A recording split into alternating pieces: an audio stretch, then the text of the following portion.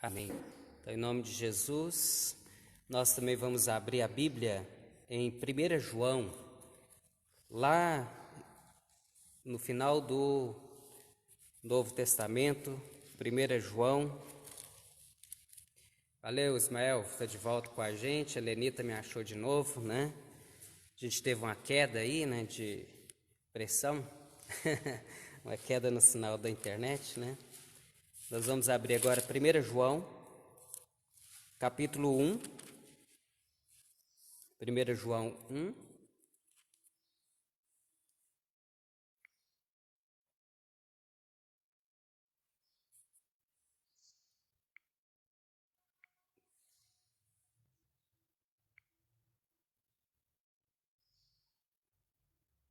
Ok, Paulo? Evangelho, né? Capítulo 1, do versículo 5 em diante diz: Ora, a mensagem que da parte dele temos ouvido e vos anunciamos é esta: que creais que Deus é luz e não há nele treva nenhuma. Se dissermos que mantemos comunhão com ele e andarmos nas trevas, mentimos e não praticamos a verdade.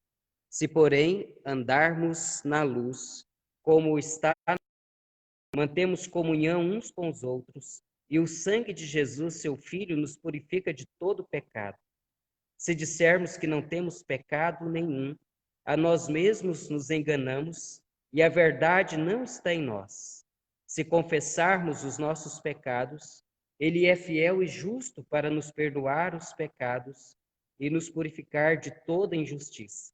Se dissermos que não temos cometido pecado, fazemo-lo mentiroso e a sua palavra não está em nós. Então, a palavra de Deus como a verdade de Deus. E sendo ele a verdade, ele é luz, e não habita nele treva nenhuma. Por outro lado, nós somos pecadores. Nós não apenas cometemos pecados, mas nós somos pecadores. Nós devemos então confessar a Deus, porque aquele que fala que não tem pecado, ele está chamando Deus. Mas então o texto nos chama à confissão de pecados. O texto nos convida a reconhecer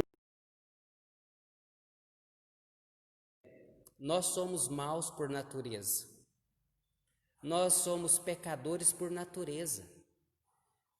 Não é necessário ficarmos cometendo pecado para reconhecermos que somos pecadores. Nós somos descendentes de Adão, e em Adão todos morreram. Em Adão o pecado entrou no mundo e com o pecado a morte. Mas Jesus Cristo é o segundo Adão, e ele cumpriu tudo que o primeiro Adão não cumpriu. O Senhor Jesus morreu na cruz, o Senhor Jesus viveu tudo que Deus queria que ele vivesse. E ele foi obediente até a morte. Lembra que o primeiro Adão não foi obediente. Ele foi seduzido pela serpente, enganado por Satanás. Mas vocês percebem que Jesus venceu. E a Bíblia diz que ele foi obediente, e seu João, ele foi obediente até a morte, e morte de cruz. Não é isso? E morte de cruz. Então vamos orar nesse momento, confessando a Deus os nossos pecados, e depois nós vamos cantar o hino, né, que foi pedido aos 71? O 71, né? A Dona Helena ora para nós. Então a Dona Helena vai fazer esta oração de súplica pelo perdão dos nossos pecados. Nosso Deus e nosso Pai Celestial, nós estamos na tua presença neste momento para te pedir perdão pelos nossos pecados. O Senhor nos ajuda, Senhor, que nós possamos procurar estar na tua presença e que nós possamos, Senhor, cada dia andar nos teus caminhos, Senhor. Nos abençoa, Senhor, e nos guarda de todo mal e nos ajuda, Senhor, a cada dia andar na tua presença. Que o Senhor esteja conosco, nos ajudando a estar firme na tua palavra, que nada neste mundo venha interferir na nossa fé, Senhor. Nós possamos permanecer firme na fé até o dia em que o Senhor vier nos buscar. E que o Senhor nos guarda, Senhor, nos protege e nos ajuda a cada dia de ser feliz. Quero te pedir pela a minha família, pela família do pastor, pela família da Dinho, que o Senhor não deixe que nenhum de nós venha a ter essa pandemia, Senhor. Que o Senhor possa nos guardar, nos proteger e nos ajudar, Senhor, a estar firme na tua palavra. Santifica, Senhor, a nossa vida na tua presença e nos prepara, Senhor, para o encontro com o Senhor. É no nome de Jesus é que eu oro agradecida. Amém. Amém, Senhor. Então, o hino 71 do Inário Novo Cântico, contrição e confissão. Se sofrimento te causei, ó Deus, se ao meu exemplo fraco tropeçou, se eu não andei nos bons caminhos teus, perdão, Senhor. Se vão e fútil foi o meu falar, se amor a meu irmão não demonstrei, se ao sofredor eu não quis ajudar, perdão, Senhor. Se negligente foi o meu viver, sem me dispor a pelejar por ti, se firme em teu trabalho eu não quis ser, perdão, Senhor. Escuta, ó Deus, a minha oração e vem livrar-me do pecado vil. Renova este pobre coração. Amém, Senhor. Amém. Glória a Deus. Muito bem, nós vamos orar agora pelos enfermos. Interessante que a palavra de Deus nos diz que a tristeza pode durar uma noite, mas a alegria vem pela manhã, pelo romper do dia. E também em Lamentações diz que as misericórdias do Senhor se renovam cada manhã e são a causa de não sermos consumidos. E as misericórdias de Deus já se renovaram sobre as nossas vidas hoje. Amém? Estamos respirando, ó. Não fomos esmagados pela ira de Deus, que é o que merecemos. Mas Deus bondosamente nos deu um dia a mais, uma manhã a mais. E hoje é o dia do Senhor. E nós estamos aqui representando a igreja para adorar a Deus, o Trino Deus. Eu peço ao seu João para orar em favor dos enfermos. Nós temos a Sandra, né? Para a gente poder orar por ela, pela Júlia, né? Então, orar pela Dona Hilda, né? Alves, o Marcílio, certo? O Marquinho e a Quênia, né? Orar por eles, né, Sandra? Você que está nos assistindo aí também. Então, vamos orar e o nosso irmão, se lembrar de outro, né? Lucas também, que possa orar. Nós te louvamos, ó Deus, e te adoramos. Queremos, ó Deus, agradecer pela oportunidade, pelo privilégio de estar em nossa casa, para louvar o Pai e agradecer o teu santo nome. Nós, ó Deus, suplicamos a tua bênção, a tua misericórdia, ó Deus, na vida das pessoas que enfermos. Nós lembramos, ó Deus, do Lucas, da Júlia, das demais irmãs da Hilda e da família da Hilda, ó Deus, do seu genro, da sua filha, e de todos os mais demais enfermos que estão na cidade, pelo prefeito, que está em quarentena. Que o Senhor esteja abençoando o teu povo nessa cidade, e que essa epidemia possa terminar, não atingir mais ninguém aqui. E nós suplicamos a Deus a tua misericórdia, não só por nossa cidade, mas pelo nosso país e pelo mundo inteiro. O Senhor esteja, Deus, assistindo o povo, cuidando das demais enfermidades, Deus, para que o povo possa ter paz, tranquilidade e possa estar em comunhão e adoração ao teu santo nome. Por isso, Deus, nós suplicamos nesse momento de culto a tua misericórdia, o teu perdão na vida de cada pessoa, Deus. Nós pedimos a Deus que o Senhor esteja abençoando os teus servos, as pessoas enfermas, as pessoas que estão com suspeita, que o Senhor Deus não deixa as enfermidades tomar conta das pessoas e dos demais pessoas que estão saindo. Por isso, Deus, nós te louvamos. E te pedimos que o Senhor esteja dando a oportunidade de abrir as portas para que nós possamos estar em comunhão, adoração. Só o Senhor é Deus, só o Senhor é que sara as nossas enfermidades e perdoa todos os nossos pecados, e que o Senhor seja Deus abençoando o teu povo, a tua igreja que representar. Nós te louvamos, ó Deus, e te agradecemos, porque a tua misericórdia tem nos assistido, tem nos dado saúde, tem nos dado vida e o privilégio de estar na tua presença. Mais uma vez, ó Deus, nós suplicamos sobre as pessoas enfermas, todos os tipos de enfermidade. Muitas pessoas estão com câncer, com problemas cardíacos e outros demais problemas, Deus. Esteja curando o teu povo. É a nossa oração.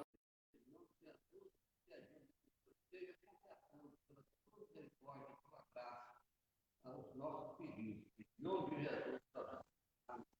Amém. Amém. Abraço. Um alô aí para Joelma, para Nísia, para Paulinho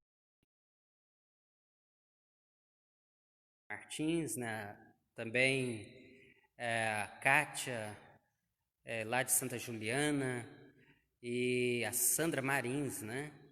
Também os demais que estão com a gente. Nós vamos cantar o hino número 4, hino 4, já que hoje é um domingo voltado para a Trindade Santa, nós vamos cantar culto à Trindade. Deus está no templo, Pai onipotente. Deus está aqui, mas Deus está onde cada um dos nossos irmãos estão, porque nós, seres humanos, nós crentes, é que somos o templo do Espírito Santo. O hino 4 diz: Deus está no templo, Pai onipotente, a seus pés nos humilhamos, servos consagrados, reverentemente ao Deus Santo adoramos. Por favor, espiritualmente, Deus está no templo. Cristo está no templo, sumo benefício, por seu sangue foi dado. Ele, o bom Cordeiro, foi o sacrifício que expiou o vil pecado. Escolheu e sofreu o cabal suplício. Cristo está no templo. Tu que estás no templo, preceptor divino, e os corações habitas. Tu, paciente Mestre, dá-nos teu ensino, aclarando as leis benditas. Que prazer conhecer a graça infinita se está no templo.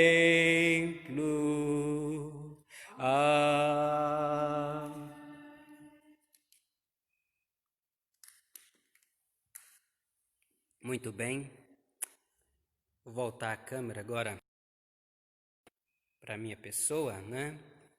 Valeu, Solange, faltou você aqui, né? E a Ivanete para dar um destaque nesse hino junto aqui com a gente, com a Maria Helena, a Helena, né? Também a Dinamar e o Silvão. Ia ficar mais bonita ainda, né? Imagina aí a Líbia tocando ainda pra gente, né? Ia ficar melhor ainda. Abraço aí, alô para Sueli, lá de Carmo do Paranaíba, né?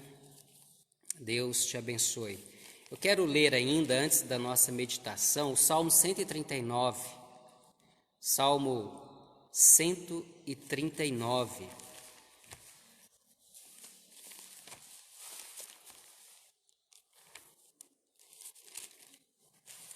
Será que a Ivanete chegou lá de Uberlândia?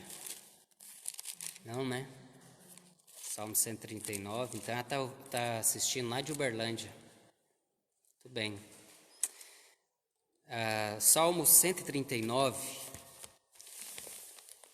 fala a respeito de Deus e do ser humano, mas de Deus como Criador e de nós, seres humanos, como a obra da criação de Deus, obra maravilhosa de Deus. Paula Belei, Joelma, Nízia, Kátia,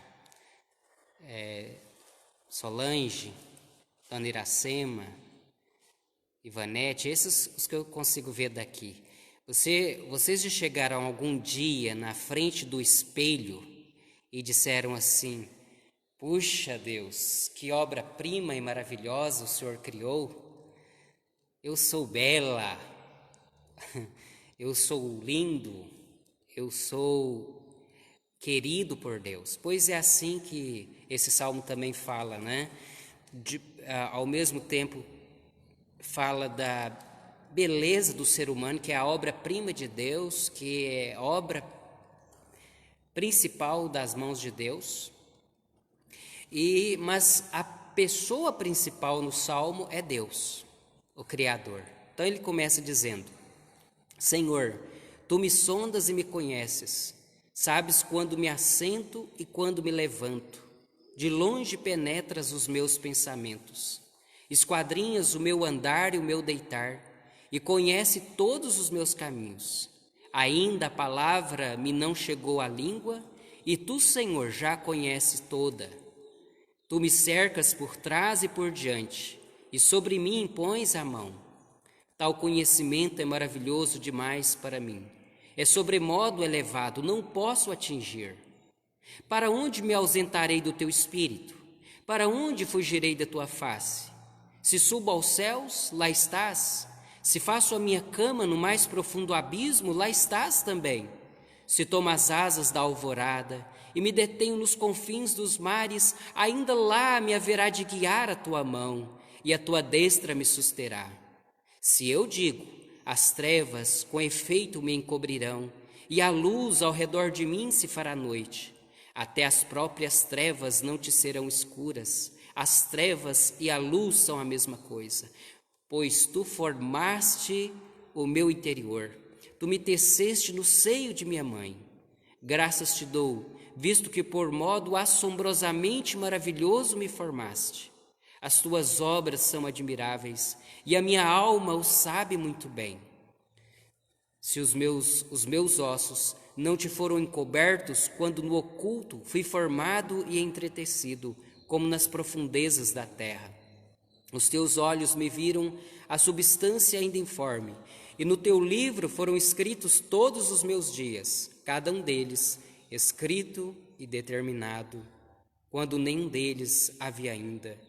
Que preciosos para mim, ó Deus, são os teus pensamentos, e como é grande a soma deles. Se os contasse, excedem os grãos de areia, contaria, sem jamais chegar ao fim. Amém. Então esse trecho, do Salmo fala-nos de um Deus que é onisciente, que é onipotente, que é onipresente.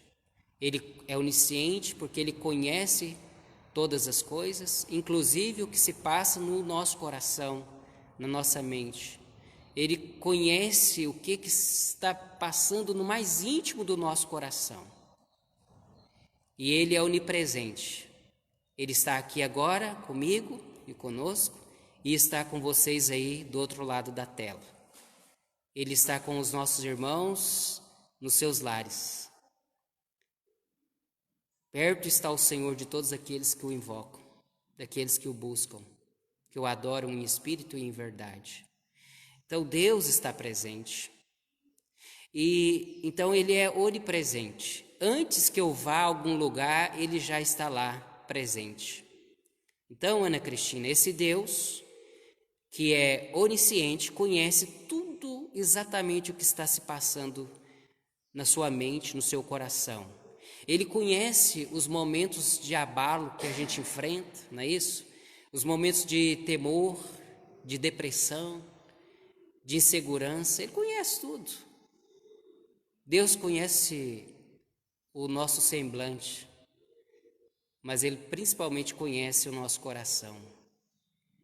E Ele conhece aquilo que nos aflige, mas Ele também conhece todas as demais coisas, tanto as do passado que já aconteceram, quanto as do presente que ainda não foram. Porque para Deus não há tempo, Ele está sobre o tempo. E então Ele é onisciente e é onipresente. Está aqui conosco, está com os demais. E Ele é onipotente, Ele é poderoso.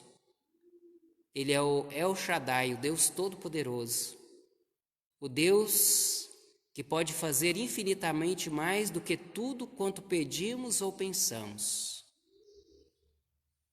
Lembra lá da multiplicação dos pães? O que vocês têm aí? Só 5 pães e 2 peixes, para mais de 5.000 pessoas.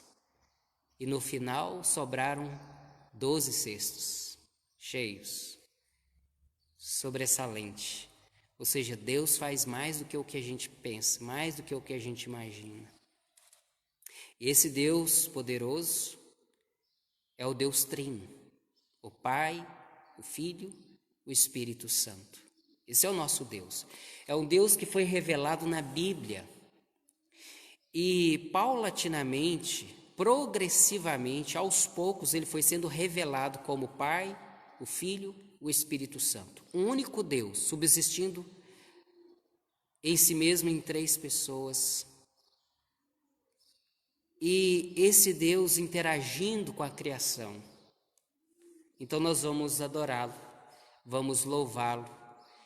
Mais uma vez, antes da gente continuar com a nossa meditação. Vamos louvá-lo e adorá-lo primeiro com oração. Vamos adorar a Deus com oração. Ele é digno de louvor, Ele é digno de adoração, e nós vamos adorá-lo através da oração. Vamos fechar os nossos olhos. Vocês aí de casa, pensem em Deus, traga à memória de vocês a grandiosidade, a beleza, a santidade de Deus. E então o adorem. Pai querido, em nome de Jesus, nós te adoramos e te bendizemos, porque Tu és o único Deus, o Eterno, o Todo-Poderoso, o Criador. Ó Deus, e não obstante essa grandeza do Senhor, essa majestade Tua, o Senhor está aqui agora também conosco. O Senhor se faz presente aqui conosco. E se faz presente agora nos lares de todos aqueles que invocam o Teu nome. Deus, na mediação de Jesus, nós te pedimos, abençoa-nos. Praza-te em nos abençoar.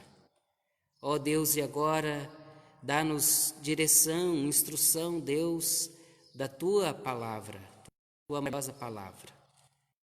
Deus, que o Senhor nos edifique, em nome de Jesus. Amém. Amém. Muito bem. Eu quero ler o Evangelho de João. João, no capítulo 1 do Evangelho de João, João 1.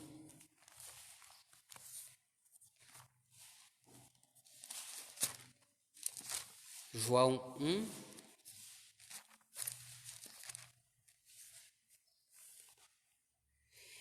Nós temos aqui, a partir do versículo 29 de João 1, versículo 29, o texto diz assim, João 1, 29. No dia seguinte, viu João a Jesus, que vinha para ele, e disse: Eis o Cordeiro de Deus, que tira o pecado do mundo. É este a favor de quem eu disse: após mim vem um varão que tem a primazia, porque já existia antes de mim. Eu mesmo não o conhecia, mas a fim de que ele fosse manifestado a Israel, vim por isso batizando com água. E João testemunhou dizendo: Vi o Espírito descer do céu como pomba e pousar sobre ele. Eu não o conhecia. Aquele, porém, que me enviou a batizar com água, me disse: Aquele sobre quem vires descer e pousar o Espírito, esse é o que batiza com o Espírito Santo. Pois eu de fato vi e tenho testificado que ele é o Filho de Deus. No dia seguinte, estava João outra vez na companhia de 2 dos seus discípulos, e vendo Jesus passar, disse: Eis o Cordeiro de Deus. Eis o Cordeiro de Deus. Bem, eu gostaria que você abrisse também agora o texto de Mateus, o Evangelho de Mateus, capítulo 3. É o primeiro evangelho, né? João é o quarto evangelho, Mateus, capítulo 3, versículo 13 em diante. Então, Mateus 3, 13, diz assim: Por esse tempo, dirigiu-se Jesus da Galiléia para o Jordão, a fim de que João batizasse. Ele, porém, o dissuadia, dizendo: Eu é que preciso ser batizado por ti, e tu vens a mim? Mas Jesus lhe respondeu: Deixa, por enquanto, porque assim nos convém cumprir toda a justiça. Então ele o admitiu. Batizado Jesus, saiu logo da água, e eis que lhe abriram os céus, e viu o Espírito de Deus descendo como pomba, vindo sobre ele. E eis uma voz dos céus que dizia: Este é o meu Filho amado, em quem me comprazo. Este é o meu Filho amado, em quem me comprazo. Bem, que o Espírito Santo de Deus nos dê direção e iluminação para crescermos no nosso conhecimento, da palavra e de Deus. O que esse texto pode nos ensinar a respeito da pessoa do Trino Deus, da Trindade, Deus Trino? É interessante que nós temos algumas religiões monoteístas no mundo, nas religiões do mundo. O islamismo, o judaísmo e o cristianismo são as 3 religiões monoteístas. E há uma distinção, no entanto, na questão monoteísta cristã. É a distinção do Pai, do Filho e do Espírito Santo, ou seja, a Bíblia revela que esse Deus único e eterno, ele é trino. 3 pessoas fazem parte da Trindade, ou do Deus Trino, iguais em poder, mas são pessoas diferentes. E esta comunidade trinitária, o Pai, o Filho e o Espírito Santo, é o modelo para os nossos relacionamentos comunitários. Ou seja, a comunicação, o diálogo, o amor, a forma de se relacionar entre o Pai, o Filho e o Espírito Santo é modelo para nós crentes, para a cristandade. Então, o que podemos aprender aqui com o batismo, chamado batismo de Jesus, é que aqui a gente vê claramente a ação das três pessoas do Deus Trino, não é mesmo?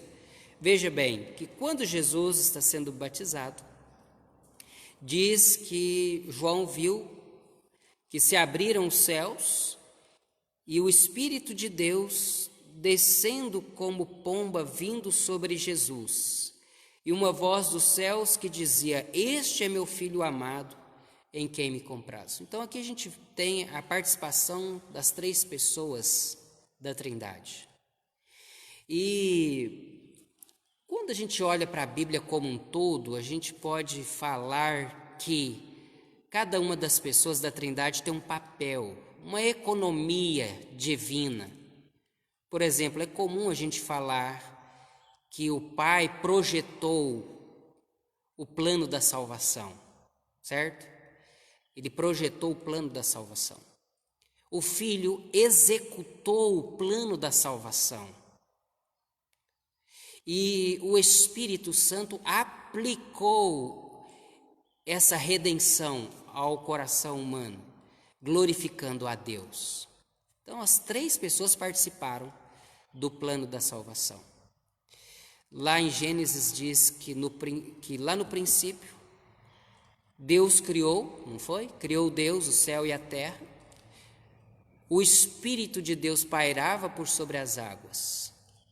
E é quando Deus diz, haja luz, aquela palavra, o verbo era Cristo, era o Filho.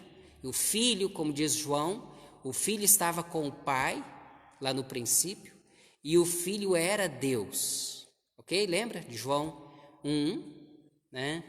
Então, em João 1 diz, no princípio era o verbo estava com Deus, e o verbo era Deus, e ele estava no princípio com Deus, e todas as coisas foram feitas por intermédio dele, e sem ele nada do que foi feito se fez.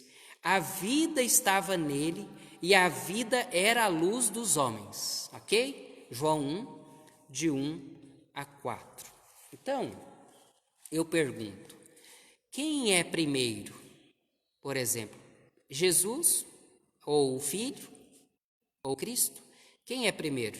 O Filho ou Abraão? Quem existiu primeiro? O Filho? Deus Filho? Primeiro do que Abraão. Mas Abraão é antes do nascimento de Jesus, não foi? De Maria? Abraão viveu antes, muito tempo antes, milênios antes. Então Jesus é antes de Abraão. Quando Jesus está numa discussão com os fariseus, lá em João 8, eles questionam Jesus, né? Porque Jesus fala assim, olha, antes que Abraão existisse, eu sou. Duas coisas incomodaram aqui em João 8 os fariseus e os escribas, os doutores da lei, com essa expressão de Jesus, de que antes que Abraão existisse, ele era. O fato de que eles mesmos falam assim, olha, você não tem 50 anos de idade e está falando que era antes de Abraão? Mas Jesus está apontando para a eternidade dele. Ele é o eu sou, ele é Deus, então a divindade de Cristo. Ele é Deus, por isso que a Trindade foi um mistério revelado, né, na revelação progressiva de Deus, culminando no Novo Testamento.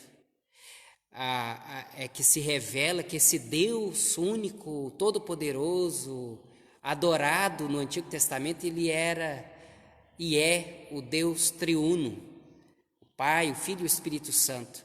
Mas nem todos tinham essa compreensão, mas agora ela é totalmente, completamente revelada no Novo Testamento. Com a vinda de Jesus e o ministério do Espírito Santo. E aí Jesus está dizendo, explicando isso, olha, antes que Abraão existisse, eu sou, eu era, eu sou o alfa e o ômega, o princípio e o fim, como está lá no Apocalipse. Antes que Abraão existisse, eu sou, eu existo. Então, o que a gente aprende aqui? Olha só, quando João está dando testemunho a respeito de Jesus, aqui em João 1, ele viu a Jesus, ele aponta para Jesus como o Cordeiro de Deus que tira o pecado do mundo e fala assim, no versículo 30, é este a favor de quem eu disse, após mim vem um varão que tem a primazia. Então Jesus viria após João, mas ele fala assim, mas ele tem a primazia. Ele é o primeiro. Ele é o que tem a excelência e a glória. Agora, o que João diz, João Batista, a respeito de Jesus? Porque ele já existia antes de mim. Então, Jesus já existia antes do João Batista nascer, antes do João ser concebido lá no ventre da Isabel. O Filho de Deus, que tem a primazia, de quem João Batista era apenas um arauto, ele já existia, porque ele é eterno, o alfa e o ômega, o primeiro e o último. Ele já era, ele já existia. Então, João Batista diz, eu mesmo não o conhecia, mas a fim de que ele fosse manifestado a Israel, vim por isso batizando com água. Versículo 32, vi o Espírito descer do céu como pomba e pousar sobre ele. Eu não o conhecia. Aquele, porém, que me enviou a batizar com água, me disse, aquele sobre quem vires descer o Espírito, esse é o que batiza com o Espírito Santo. Pois eu, de fato, diz João, vi e tenho testificado que ele é o Filho de Deus. Então está muito claro a distinção aqui, né? Que há um Deus único, todo-poderoso, como lemos lá no Salmo 139, onipotente, onisciente, onipresente. O Deus que é santo, que não se mistura com a criação e nem com outros deuses, porque só há um Deus. E esse Deus, ele é trino. Há um mistério aqui, um mistério da Trindade, mas é real, é uma verdade. É algo que foi revelado, mas que também é necessário a nossa fé para crer que ele existe e, como diz o autor aos Hebreus, que ele se torna galardoador de todos aqueles que nele creem, não é isso? E todos aqueles que creem que Deus existe se aproximam dele, cultuam a este Deus. E a Bíblia diz que Deus se alegra com aqueles que nele creem e que então presenteia com a sua graça e com toda sorte de bênção aqueles que creem nele. Então a doutrina da Trindade é um conhecimento revelado na Escritura, progressivamente, compartilhado por Deus e que, é claro, é racional do ponto de vista da revelação da Escritura, de que está claro que esse Deus é um Deus trino, que subsiste em 3 pessoas, o Pai, o Filho e o Espírito Santo, mas ao mesmo tempo depende também da ação do Espírito Santo de Deus, de trazer essa verdade e essa confirmação à nossa mente, ao nosso espírito. Ok? Muito bem. Então, a Terezinha nos assistindo, a Sandra Correia, a Nísia, o Ismael, a Lenita, a Dona Iracema, Lilian. Obrigado ao pessoal que tinha caído na primeira live e voltou, né? A Ivonete, o Kleber, meu irmão, o Erasmo, aqui de Lagamar, a Flávia, a Ivanete, a Solange, o Denis, Sueli, Ana Cristina. Ok. Bem, então, nós estamos falando dessa primeira parte aqui sobre a questão, Madalena Camarota e Eva, da Trindade, né? O Deus Trino. Tem muitas pessoas que têm dificuldade, né, de crer. Dizem que alguém brinca assim, que certa vez um estudioso chegou para os alunos, né, um professor chegou para os alunos e disse assim: eu descobri o segredo da Trindade. Ontem eu estava lendo e relendo os escritos de Agostinho, de Tertuliano, e eu aprendi o segredo. E aí perguntaram para ele: então nos diga, qual é o segredo? E ele falou assim: não, mas bem que eu esqueci, foi ontem que eu tinha descoberto. Bem, na verdade, o Deus poderoso, o único Deus, ele se revela na Bíblia, e aos poucos esse Deus vai sendo revelado, progressivamente ele vai sendo revelado para que a humanidade, para que as pessoas possam conhecê-lo como ele é.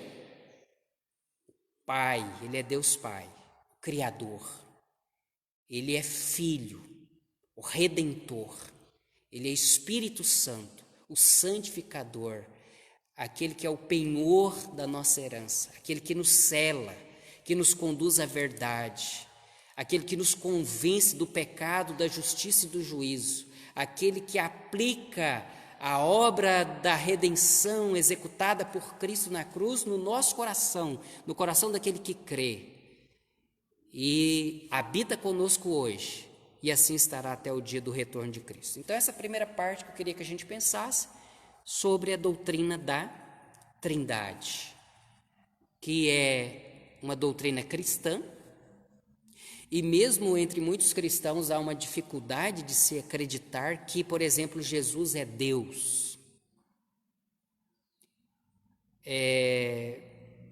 Mas não é hoje o momento para isso, porque demanda um bom tempo, né, para a gente conversar a respeito da divindade de Cristo ou da humanidade de Cristo, assim como da divindade do Espírito Santo.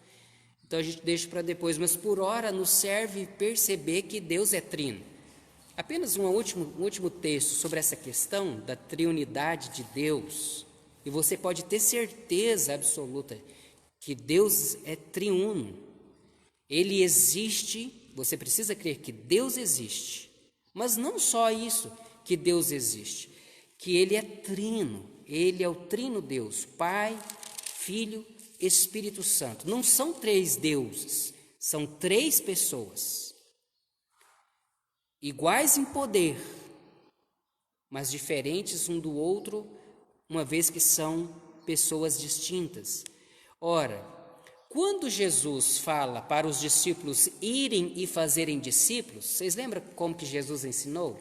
Ide fazer discípulos, batizando-os em nome do Pai, do Filho e do Espírito Santo, ensinando-os a guardar todas as coisas que vos tenho ensinado. Ora, então Jesus, o próprio Jesus, ensinou que a Trindade Santa existe, porque senão ele não teria ensinado batizar em nome do Pai, do Filho e do Espírito Santo. Bastaria falar que batizasse apenas em nome do Pai, né? Ou do Filho ou do Espírito Santo. Por quê? Então, são três pessoas. E quando se fala em batizar em nome do Pai, do Filho e do Espírito Santo, a ideia é aquela primeira que eu comecei falando aqui do estudo hoje, de que o Trino Deus nos ensina sobre relacionamento. A forma como o Pai, o Filho e o Espírito se relacionam entre si é o modelo para o nosso relacionamento na igreja, na família. né? O Deus da Bíblia é um Deus que se relaciona consigo mesmo. E é um Deus comunitário. E nós temos uma comunidade da fé que é a igreja. E nós devemos ter comunhão com a igreja, comunhão uns com os outros. Isso é belo, isso é bonito. Isso é revelar a beleza de Deus que há em nós. O fato, olha só, de amarmos uns aos outros e nos relacionarmos uns com os outros. O fato de cuidarmos uns dos outros, de participarmos da vida uns dos outros, ok? Então, quando Paulo escreve a segunda carta aos Coríntios, por exemplo, também, ou na primeira carta aos Coríntios, ele fala na bênção, por exemplo, a graça do Senhor Jesus Cristo e o amor de Deus. Eu estou lendo 2 Coríntios 13, 13. A graça do Senhor Jesus Cristo e o amor de Deus e a comunhão do Espírito Santo sejam com todos vós. Não está claro aqui a presença do Deus Trino? A graça do Senhor Jesus, o que morreu na cruz, certo? O amor de Deus, aquele que enviou Jesus, e a comunhão do Espírito Santo sejam com todos vós. 3 pessoas distintas, um único Deus subsistindo em 3 pessoas distintas. Isso é um mistério revelado na Bíblia. Mas este é Deus. Eu costumo dizer assim, por isso que Ele é Deus.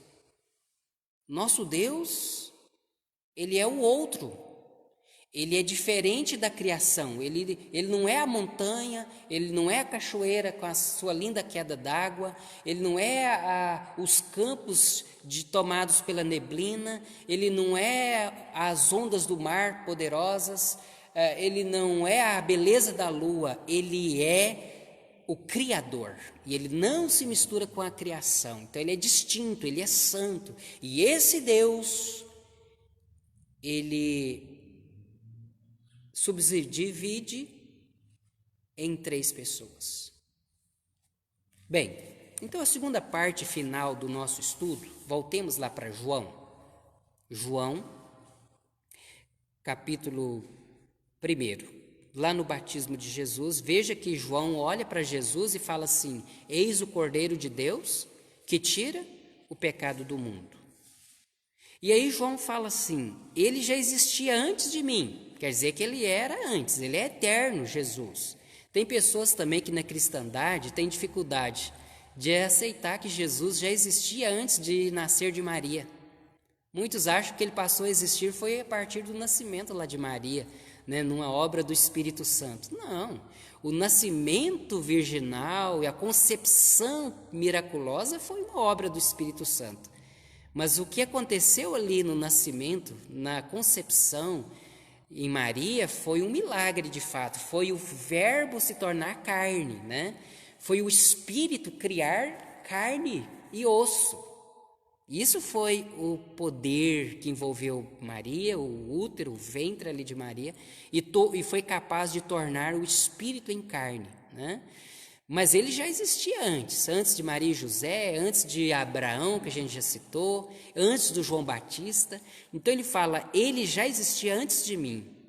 Eu mesmo não conhecia, mas a fim de que ele fosse manifestado a Israel, eu vim antes dele batizando com água. E João testemunhou dizendo, agora olha só, João viu Jesus, lembra? Eis o Cordeiro de Deus. Agora ele vê quem? O Espírito Santo. Versículo 32 de João 1. Vi o Espírito descer do céu como pomba e pousar sobre ele, a Mauri. Vi, João que está dizendo, Marius, acenar aqui para Marius, que falaram que ela está acenando aqui para mim, né? Vani também diz que está acenando para mim. Então João diz assim, ó, vi o Espírito descer sobre ele. Vi o Espírito descer do céu como pomba. Veja bem, o Espírito Santo não é uma pomba, tá bom? O Espírito Santo não é uma pomba. Às vezes tem desenhistas, né, artistas, igrejas que pintam ou simbolizam, né, o Espírito Santo como uma pomba. Há uma ala que é contra esse tipo de desenho, inclusive. Acho que é uma idolatria, um tipo de imagem. Eu não sou tão radical assim. Eu acho que você fazer um desenho de uma figura, né, de uma pomba representando o Espírito, nessa passagem você não está pecando, você está apenas representando a passagem, né? Mas a nossa igreja mesmo, por exemplo, ela resolveu tirar da sarça aquele desenho da pomba e deixar apenas as chamas na sarça, por medo, por um temor santo, né, de achar que estaria cometendo idolatria, fazendo uma imagem do Espírito Santo. Mas é claro que o Espírito Santo não é uma pomba. Veja bem que o texto diz que ele desceu do céu como pomba, não foi nem no formato talvez ali de uma pomba, mas como uma pomba, diz aqui o texto, né? E pousou sobre Jesus. E aqui ele diz que no versículo 34, pois eu de fato vi e tenho testificado que ele é o Filho de Deus. Então João está recebendo aqui um conhecimento, ele está dizendo que aquele que o tinha enviado a ir adiante do Messias, lá de Isaías, né, prometido em Isaías, o João é a voz que clama no deserto, é o arauto do Rei da Glória, e Jesus é o Rei da Glória, é o Rei que vem instaurar o seu reino, e o reino de Deus já veio com Jesus. João pregava, o reino de Deus está próximo, e Jesus diz, o reino de Deus chegou e está entre nós, e o reino de Deus já está entre nós. E João era o arauto, e ele está dizendo, aquele que me enviou a pregar, me enviou para batizar, eu agora estou vendo o Espírito Santo descer sobre ele, e este sobre quem o Espírito Santo está, é o Filho de Deus. Então a gente vê aqui nesse texto que as três pessoas estão claramente distintas e são reais. São reais. E é um único Deus, mas três pessoas diferentes. É um mistério, mas senão não seria Deus. Porque é um mistério, é Deus.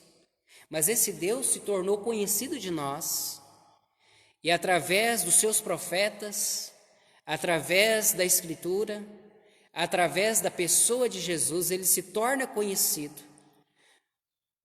E algo que ele quer que a gente conheça e creia é que ele é trino. Então a doutrina da Trindade não é algo para ser escondido, pelo contrário, é algo que é comum ao cristianismo. Bem, então ele diz aqui, João falando a respeito de Jesus, eis o Cordeiro de Deus, ele é o Cordeiro de Deus. Então eu queria que a gente pensasse, voltando lá para Mateus, né, que quando Jesus está sendo batizado, uma voz do céu diz, este é o meu Filho amado, em quem me comprazo. Em quem a minha alma se alegra. Uma voz bradou do céu assim que o Espírito Santo pousou como uma pomba sobre Jesus. E eu queria fazer apenas mais alguns apontamentos aqui, dizendo o seguinte, que nesse texto está claro a pessoa do Pai.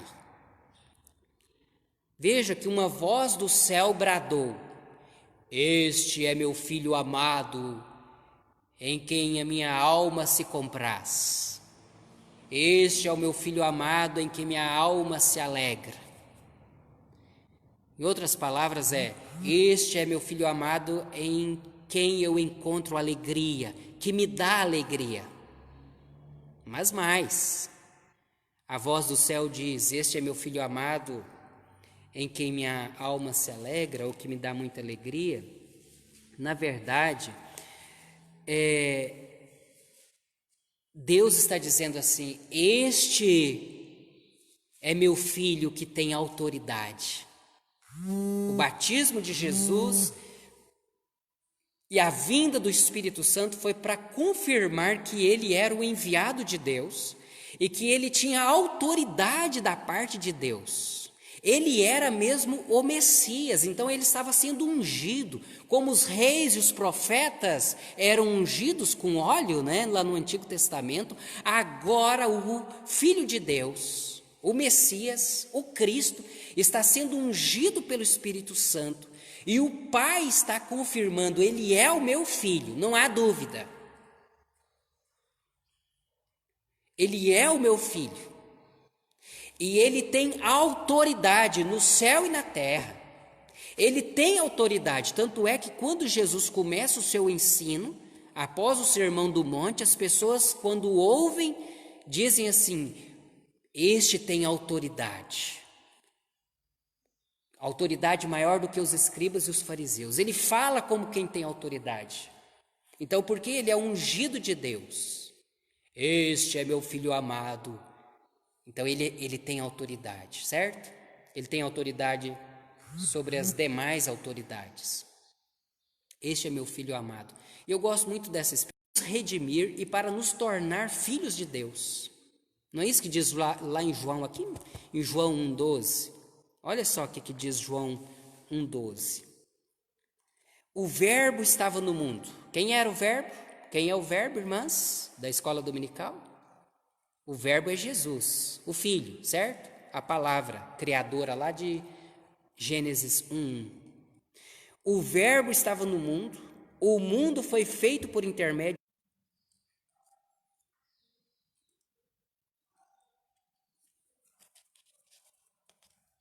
Muito bem. Então a gente está aguardando aqui, né, os irmãos voltarem novamente, né, a Cleo, a Nilza, né, a Maria Alves.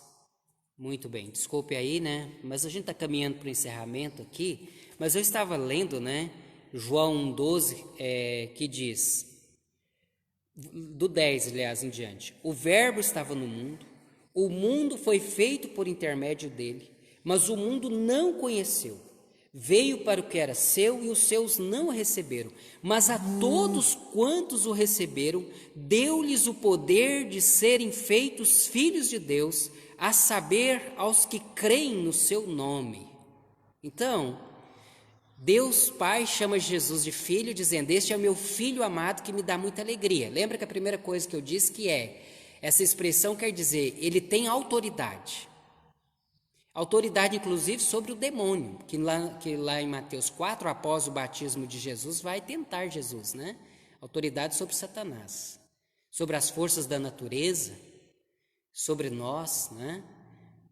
Bem, mas Deus Pai diz assim: este é meu filho amado que me dá muita alegria, ou seja, é um filho que me obedece.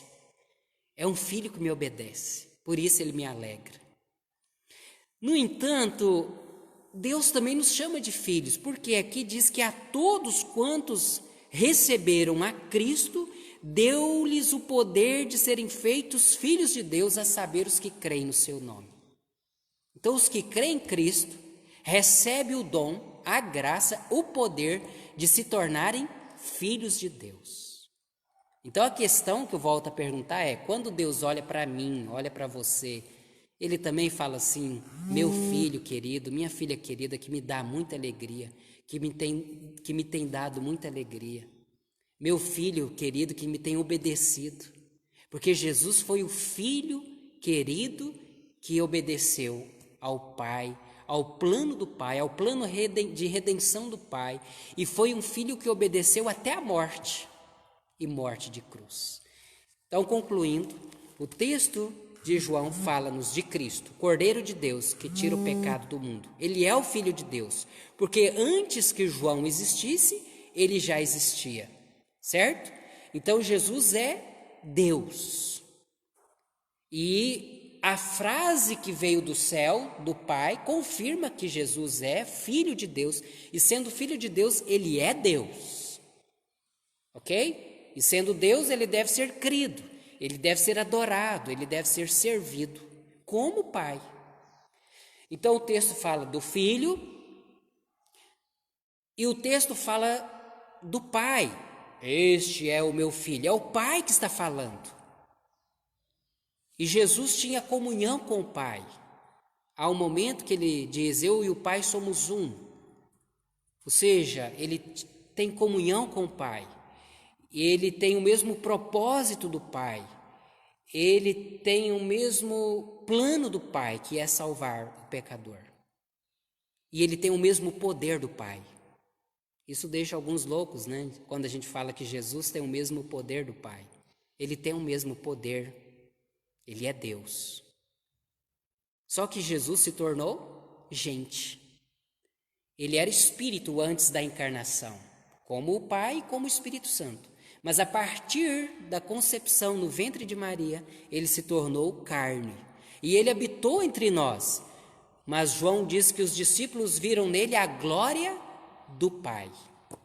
Então, nós vimos aqui a presença do Pai, a presença do Filho e a presença do Espírito Santo. O Espírito Santo, que veio da parte de Deus como uma pomba, pousou sobre Jesus, que representava a unção de Jesus como rei, como profeta, como sacerdote. A unção de Jesus e a autoridade de Jesus como filho e como rei. Como quem tem autoridade para ensinar. Está claro aqui? As três pessoas da Trindade? Muito bem. Então nós...